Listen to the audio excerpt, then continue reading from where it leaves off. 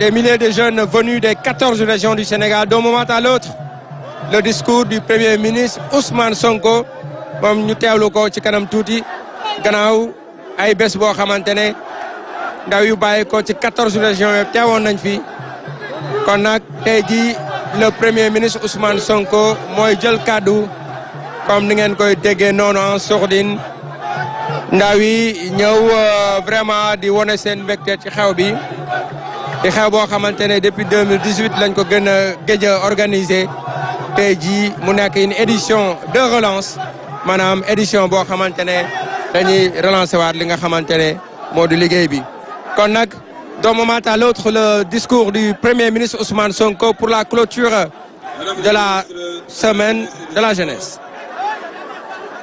Mesdames et messieurs les membres du gouvernement, honorables députés, monsieur le préfet du département de Mbour, monsieur le président du conseil départemental de Mbour, excusez, monsieur le maire de Mbour, mesdames et messieurs les directeurs généraux, directeurs et chefs de services régionaux et départementaux, chers partenaires techniques et financiers, chers encadreurs, honorables invités, chers jeunes du Sénégal, vous qui êtes la raison d'être de cette journée.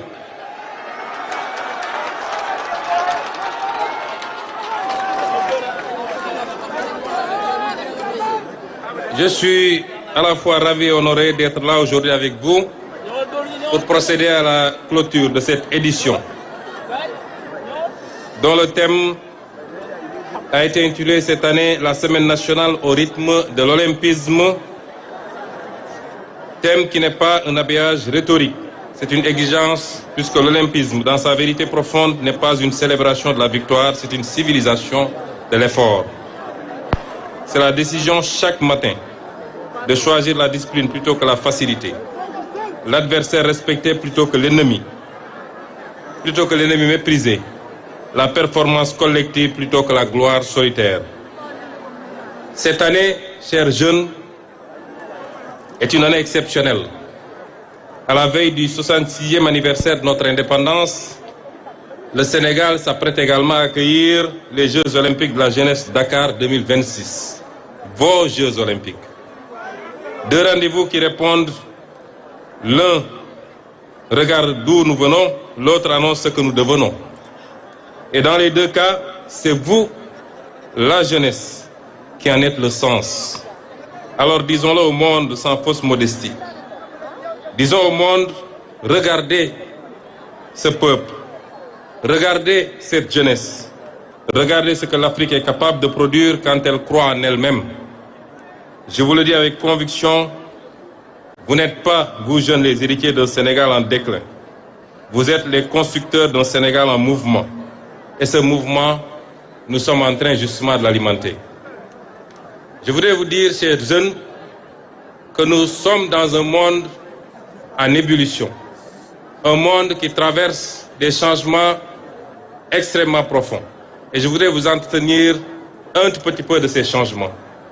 Parce que le rapport que j'ai essayé de tisser avec vous, en tant que politique et en tant qu'homme d'État, c'est un rapport de conscientisation.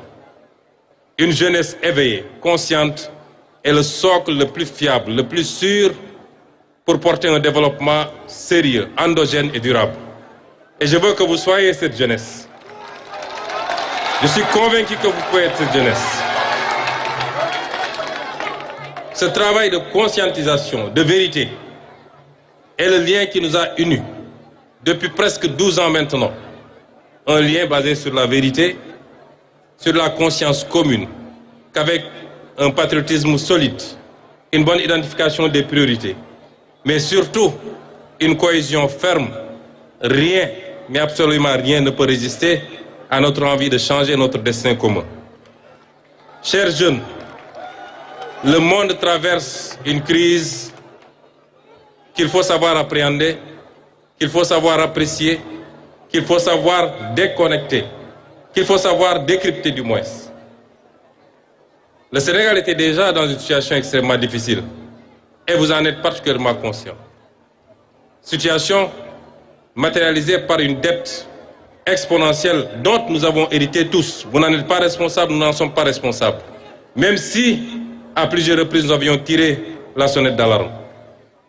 Le Sénégal était déjà dans une situation difficile, rendant toute opération extérieure extrêmement délicate.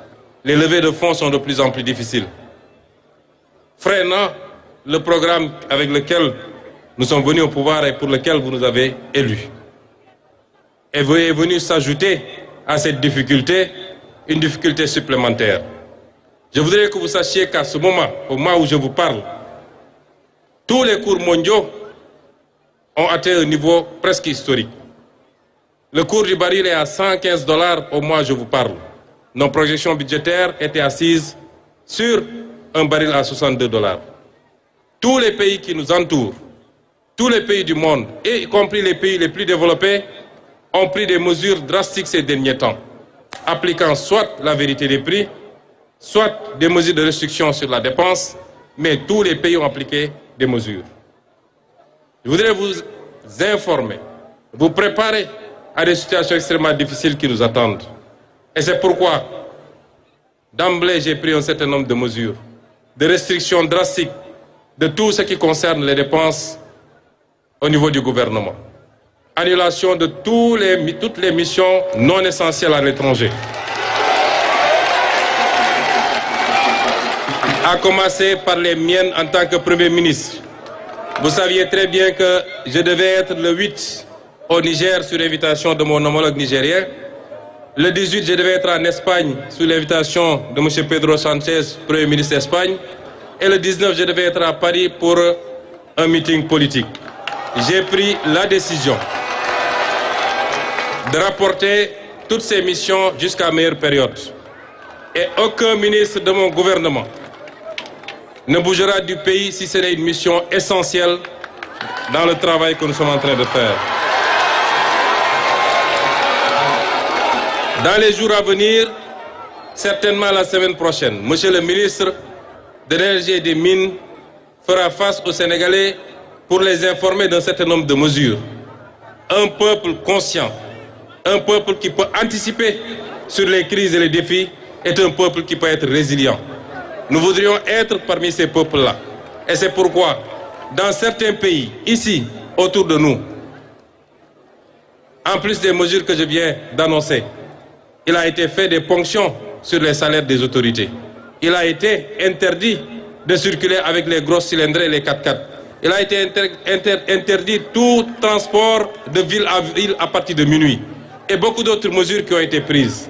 Si je vous dis ceci, chers jeunes, ce n'est pas pour vous apeurer, ce n'est pas pour vous mettre la pression.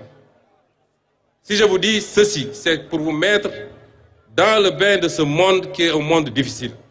Si ce ne sont pas les crises sanitaires, ce sont les crises liées aux conflits armés et qui rendent les choses extrêmement plus difficiles. Si je vous dis ceci, ce n'est pas pour vous dire que ce n'est pas possible. Rien n'est impossible au Sénégal et aux Sénégalais. Nous pouvons le faire ensemble. Nous pouvons le faire ensemble et nous allons le faire ensemble. Nous avons toutes les ressources pour le faire. Et c'est pourquoi je veux m'adresser à vous, jeunes du Sénégal. L'âge médian au Sénégal est de 19 ans. Cela veut dire que plus de 50% des jeunes de Sénégalais ont moins de 20 ans, ont 19 ans. Plus de 50% des Sénégalais. Ça veut dire que sur 18 millions de Sénégalais, entre 9 et 10 millions ont moins de 19 ans. 75% des Sénégalais ont moins de 35 ans. Ce pays appartient à la jeunesse. Il vous appartient. C'est à vous de faire ce pays. C'est à vous de faire ce pays. Et vous devez le faire avec un leadership éclairé. Un leadership patriotique. Un leadership qui pense au pays et rien qu'au pays. Qui soit immunisé des combines politiques. Qui soit immunisé des intrigues qui n'apportent rien au pays. Un leadership digne. Vous devez le faire, vous les jeunes. J'ai 1000 fois plus confiance en vous les jeunes qu'à la majorité des adultes de ce pays. C'est à vous de faire ce pays. Et vous devez le faire. Vous avez démontré dans un passé récent que vous aviez toutes les ressources, les leviers, mais surtout la conscience. Parce que lorsque vous sortiez pour faire face au régime qui était là, pour dire non à toute obstruction du projet transformateur de ce pays. Vous avez démontré que vous avez les capacités, vous avez la maturité que beaucoup d'adultes n'ont pas. Et je veux parler à cette jeunesse aujourd'hui. N'acceptez aucune manipulation. Un pays ne se construit pas en un jour, particulièrement lorsque le pays a été détruit pendant 65 ans. C'est ensemble que nous allons construire ce pays. xale bu amagul suñu nee xaaju askan wi bu dee ñun fukk ak juróom-ñett lañu ci ay millions ci askan wi ñu ne nu mu tuuti fukk yi ay ndaw lañu amaguñu 19 ans mbokk yi tollagu leen fu ngeen di amee bay ñàkk bu leen kenn dugal ci yooyu xam ngeen lu am solo mooy ñi ngeen jiital ci bopp réew mi chaque jour fi ñuy teg seen tànk est-ce que foofu la wala du foofa est-ce que ñi ngi xeex corruption est-ce que ñi ngi jël alal réew mi di ko delloosi barki démb nee naa leen ku leen diggoon démb ni suñu pétrole suñu gaz nañ ko delloosi bu ñëwee ne leen ñu ngi delloosi yaakaar teraanga ngeen xam ne mi ngi ci li mu waxoon ku leen ne woon suñu phosphate nañ ko delloosi bu leen ne dinaa jël ICS ngeen xam ne mi ngi ci li mu nekkoon jëlee fi tappale gi nga xam ne moo yàq réew mi teg réew mi ci yoon teg ko ci jub ak jubal loolu lañ leen woo yéen la jeunesse de ce pays ci loolu la ñu nekk chaque jour bu ngeen gisee coow li bëri nag comprenez que c'est les résurgences c'est les dernières réticences c'est les derniers soubresauts du système dont je vous ai entretenu pendant toutes ces années un système de prédation de partage injustifié des ressources de ce pays coow li ngeen di dégg yépp ñu instrumentaliser ko lool la kon mbokk yi man du ma wax ak yéen en tant que premier ministre du ma wax ak yéen en tant que officiel damay waxtaan ak yéen comme baay buy waxtaan ak doomam wallahi yàlla moo ma tiim bu dee kenn ku nekk ci yéen kenn ku nekk ci yéen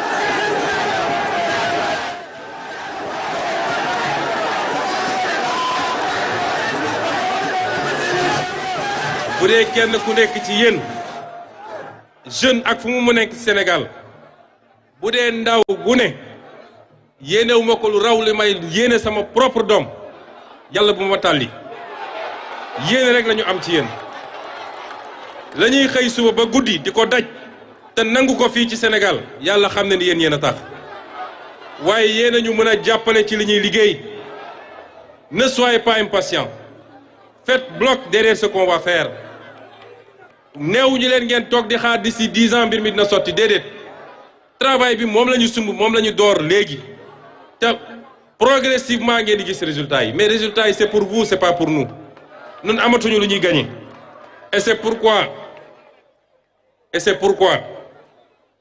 lii ñu organiser am na solo ma ciy féliciter madame le ministre de la jeunesse ak toutes ses équipes pour la qualité de l'organisation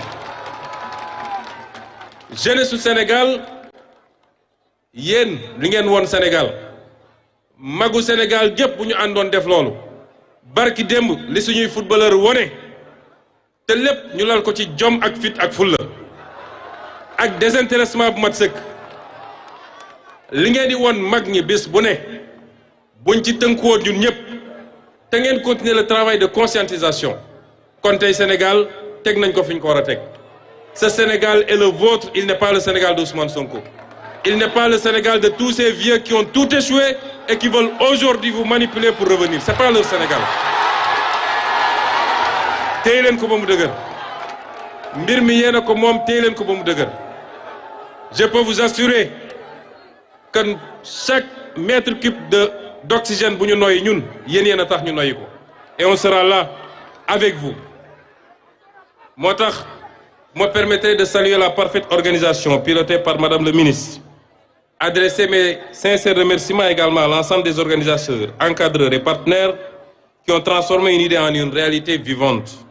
Et ma gratitude va à vous, jeunes de toutes les régions du Sénégal, qui avez fait le voyage, porté les couleurs et donné à cette semaine son âme.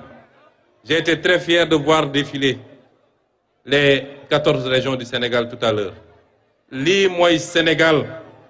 Sénégal du nord au sud, de l'est à l'ouest, benn Sénégal. Toute ethnie confondue, toute religion confondue. ñun ñooy Sénégal. Kon yéen jeunes yi bu leen kenn dugal ci loo xam ne day yàq la cohésion nationale. Surtout avec l'effet des réseaux sociaux. Wax ju bon, wax ju ñaaw, naan sa café xool ku la neex nga wax ko loo xam ne leer na ni buñ la newoon andil preuve mënoo ko bu leen ci kenn dugal. Yar ak teggin ak mandu ak respecter orma jàmbur ku ci nekk rek mu jig la ku ci nekk rek yàlla fekk la ci. Et vous devez refuser cette tendance bu ñu bëgg a andi. Lii nga xam ne mi ngi yàq société bi li ko gën a waral mooy yàkkamti ak jàpp ni xaalis kenn du ko liggéey dañ koy lijjanti. Bëri na ñoo xam ne phénomène bii ñuy tudd tamaj bañ koo tudd loolu moo leen ci dugal. Soyez les représentants dignes et fiers de notre identité. Suñu identité la ñu yar ñun ci suñu diine ak suñuy cosaan yéen xam ngeen ko. Keroog dama recevoir benn ambassadeur u benn réew tugal mu ne ma Jeux olympiques de la jeunesse ngi ñëw te yow da ngaa yóbbu assemblée nationale ab loi boo xam ne dafa gën a tàngal mbiri ci mbirum góor jigéen te ñun suñuy réew loolu dagan na fa. Léegi nag suñuy athlètes yi ñëw amaana mu am ci ñoo xam ne loolu lañu buñ ñëwee fii est-ce que du ngeen leen créer problème. Ma ne ko ku fi ñëw te sport andi la fi dawal dem sport yi boo gañee ñu jox la sa médaille waaye boo fi dugalee lu bokkul ak sport la loi de ce pays s'appliquera à toi comme elle s'applique à tout le monde parce que loolu mooy yoon. Donc,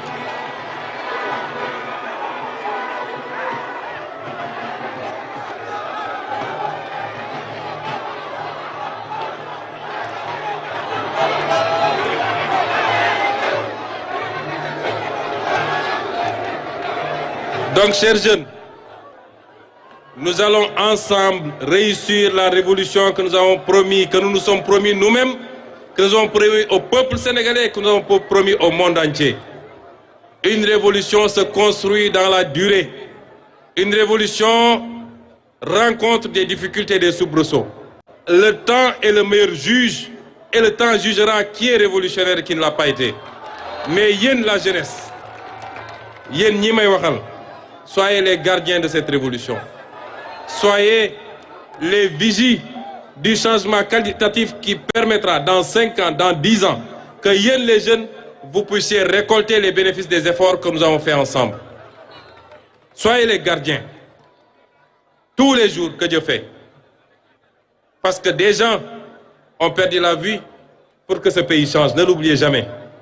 Des gens ont souffert pour que ce pays change. Ne l'oubliez jamais. Et certainement, la majorité d'entre vous ont pu subir ces affres. Révolution boobu laa teg seen loxo wax naa keroog assemblée ni man maay le guide de la révolution. Waaye yéen les jeunes yéenay les gardiens de cette révolution.